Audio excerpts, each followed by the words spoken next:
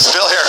Got my Mothman t-shirt on today because I'm thinking about a new video about Mothman because I have found some very interesting information that may put a whole new light on the Mothman monster.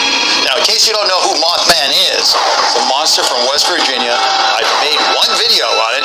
I'm going to leave a link for it right up here so you can check it out, okay? Now, today, though, it's not ready, so I thought what we would do today is I want to do something a little special, kind of break the routine, and I want to show you guys the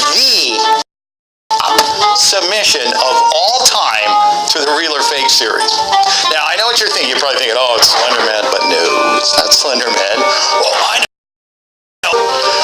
No, it's not the Bloop either. Or Mermaid Makeup Camera. Huh? That's a biggie, but that's not it. What is really it is this.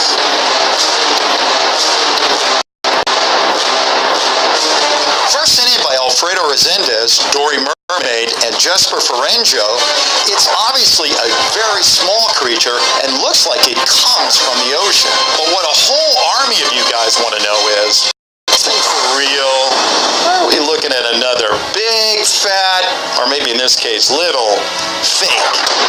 Why don't we get out our magnifying glass and see what we can find out, huh? I did some checking around on the internet and found some of the offbeat places where you guys are finding this thing. It has a lot of different names, but one of the most popular is Blue Angel. Unfortunately, a search on Blue Angels only turned up a bunch of fighter jet footage, and that's because that also happens to be the name of the Navy's flying demonstration team. So what I did was I changed my search to the most scientific name I could find, Locus atlanticus, and as soon as I did that, I had my answer. And guess what? It's real. As it turns out, this little guy is also called a blue dragon, which is my favorite name. According to National Geographic and the Smithsonian Institute, it only grows up to about 1.2 inches or 3 centimeters. That's not much larger than this U.S. quarter. It's considered to be a sea slug and lives in the ocean waters of South Africa and Australia.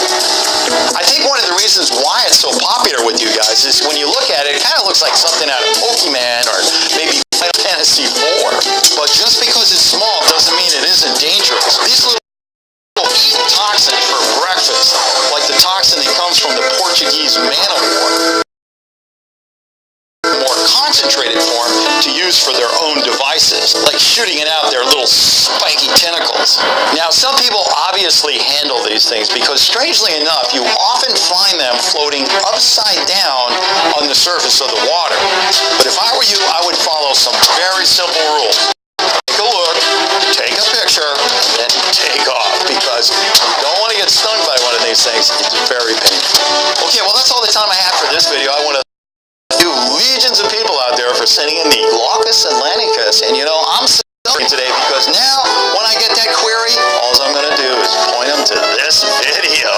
If you got a picture or video and you're not quite sure whether it's real or not, like this one that came in this week, I mean, where the heck is this guy going with all those chickens on his